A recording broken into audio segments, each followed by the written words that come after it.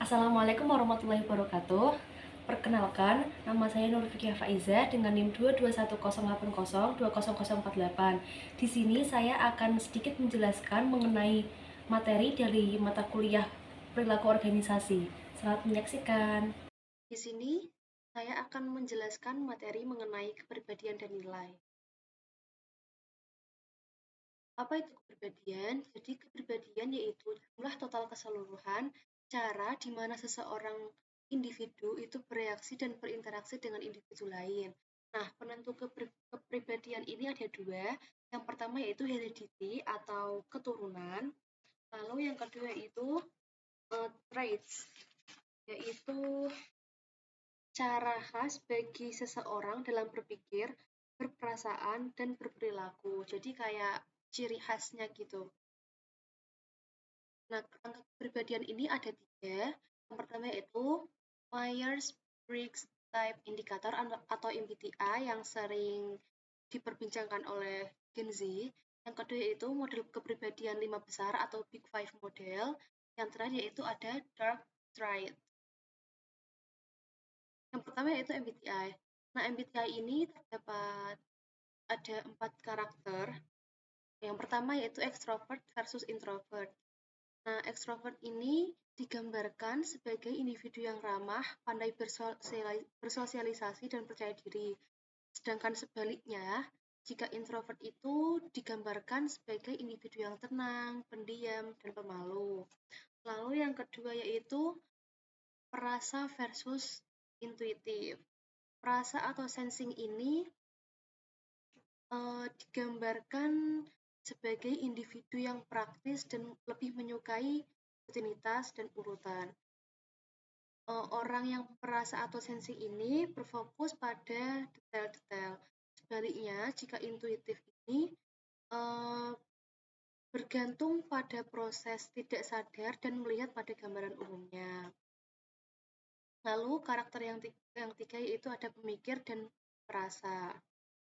Pemikir atau thinking ini biasanya menggunakan penanglaran dan logika untuk menangani masalahnya. Sedangkan untuk individu dengan karakteristik perasa atau feeling ini lebih mengandalkan nilai-nilai dan emosi pribadi mereka untuk mengambil keputusan. Lalu yang keempat yaitu ada menilai versus menerima. Nah, menilai atau judging ini digambarkan sebagai individu yang menginginkan kendali dan lebih suka dengan dunia mereka yang teratur dan struktur. Sedangkan tipe menerima atau perceiving ini lebih cenderung fleksibel dan juga spontan. Selanjutnya yaitu model kepribadian 5 besar atau Big Five model. Terdapat 5 karakter. Yang pertama yaitu karakter ekstraversi atau extraversion. Adalah sebuah dimensi kepribadian yang menjelaskan seseorang yang mampu bersosialisasi, ekspresif, dan percaya diri. Lalu yang kedua ini mudah akur dan ramah atau agreeableness adalah dimensi kepribadian yang mendeskripsikan seseorang bersifat baik, kooperatif, dan penuh kepercayaan. Lalu yang ketiga yaitu kehati-hatian atau conscientiousness adalah dimensi kepribadian yang menjelaskan seseorang yang bertanggung jawab, dapat diandalkan, gigih, dan teratur. Lalu yang keempat yaitu karakter stabilitas emosional atau emotional stability adalah sebuah dimensi kepribadian yang mengkarakterisasi seseorang yang tenang, percaya diri, memiliki pendirian yang teguh atau positif versus mudah gugup, khawatir, depresi, dan tidak memiliki pendirian yang teguh. Lalu yang kelima yaitu keterbukaan pada pengalaman atau openness to experience adalah dimensi kepribadian yang menggolongkan seseorang berdasarkan lingkup minat, imajinasi, sensitivitas, dan ketertarikannya terhadap hal-hal baru. Lalu kerangka kepribadian yang ketiga yaitu Dark Triad memiliki 3 karakteristik. Yang pertama yaitu Machiavellianisme, yaitu sejauh mana seorang individu pragmatis, menjaga jarak emosional, dan percaya bahwa tujuan dapat membenarkan cara-cara yang dilakukan. Lalu yang kedua yaitu narsisme, yaitu kecenderungan untuk sombong, memiliki rasa berlebihan atas pentingnya diri, membutuhkan kekaguman yang berlebihan, memiliki rasa kelayakan dan yang terakhir yaitu psikopat, yaitu kecenderungan sedikitnya kepedulian atas orang lain dan kurangnya rasa bersalah atau menyesal saat tindakannya menyebabkan bahaya. Jadi dark trait ini kayak kepribadian yang jelek-jelek gitu. Lalu ada atribut kepribadian lain yang relevan.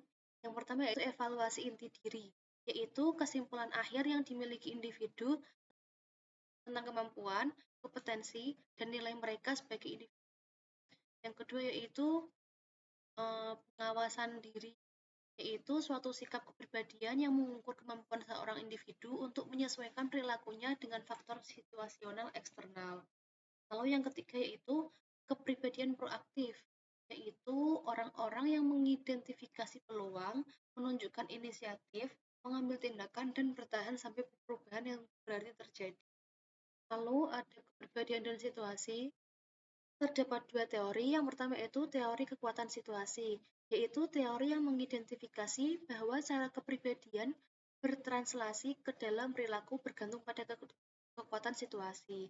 Yang kedua yaitu teori aktivasi sifat, yaitu teori yang memprediksi bahwa beberapa situasi, peristiwa, atau intervensi mengaktifasikan sebuah sifat lebih dari yang lainnya. Selanjutnya yaitu teori kekuatan situasi. Terdapat 4 tingkat. Yang pertama itu kejelasan atau clarity, atau tingkat di mana petunjuk-petunjuk mengenai kewajiban dan tanggung jawab kerja tersedia dan jelas. Pekerja yang jelas menghasilkan situasi yang kuat karena individu dapat segera menentukan apa yang akan dilakukan sehingga meningkatkan peluang bahwa setiap orang berperilaku sama. Yang kedua itu konsistensi atau tingkat di mana petunjuk-petunjuk mengenai kewajiban dan tanggung jawab cocok satu sama lain. Bekerja dengan konsistensi mewakili situasi yang kuat karena semua petunjuk mengarah pada perilaku yang sama dengan yang diinginkan. Lalu yang ketiga itu batasan atau constraint atau tingkat di mana kebebasan individu untuk memutuskan atau bertindak dibatasi oleh kekuatan-kekuatan di luar kendalinya. Kerja dengan banyak kebatasan mewakili situasi yang kuat karena seorang individu memiliki kebijakan individu yang terbatas. Lalu yang keempat yaitu konsekuensi atau consequence, yaitu tingkat di mana kepuasan atau tindakan memiliki implikasi penting bagi organisasi atau anggotanya, klien. Lalu ada nilai. Nilai atau value menunjukkan alasan atau keyakinan dasar bahwa cara pelaksanaan atau keadaan akhir tertentu lebih disukai secara pribadi atau sosial dibandingkan dengan cara pelaksanaan atau keadaan akhir yang berlawanan. Lalu, sistem nilai atau value system adalah sebuah hierarki yang didasarkan pada sebuah peringkat atas nilai-nilai individu dari sisi intensitasnya. Nilai penting karena memberikan fondasi bagi kita mengenai sikap dan motivasi orang-orang serta pengaruh persepsi kita. Nah, jenis nilai ini ada dua. Yang pertama itu nilai terminal adalah keadaan akhir kehidupan yang diinginkan, tujuan-tujuan yang ingin dicapai seseorang selama masa hidupnya. Lalu yang kedua itu nilai instrumental, adalah perilaku atau cara-cara yang lebih disukai untuk mencapai nilai-nilai terminal seseorang. Jadi nilai instrumental ini kayak cara untuk mencapai nilai-nilai dari terminal itu. Lalu kepribadian dan nilai individu di tempat kerja terdapat dua jenis. Yang pertama yaitu kecocokan orang pekerja atau person job fit, yaitu teori kecocokan kepribadian pekerja. Kepribadian dan pekerjaan dari John Holland menampilkan 6 tipe kepribadian serta mengusulkan bahwa kepuasan dan keinginan untuk meninggalkan sebuah posisi bergantung pada seberapa baik individu itu mencocokkan kepribadiannya dengan sebuah pekerjaan.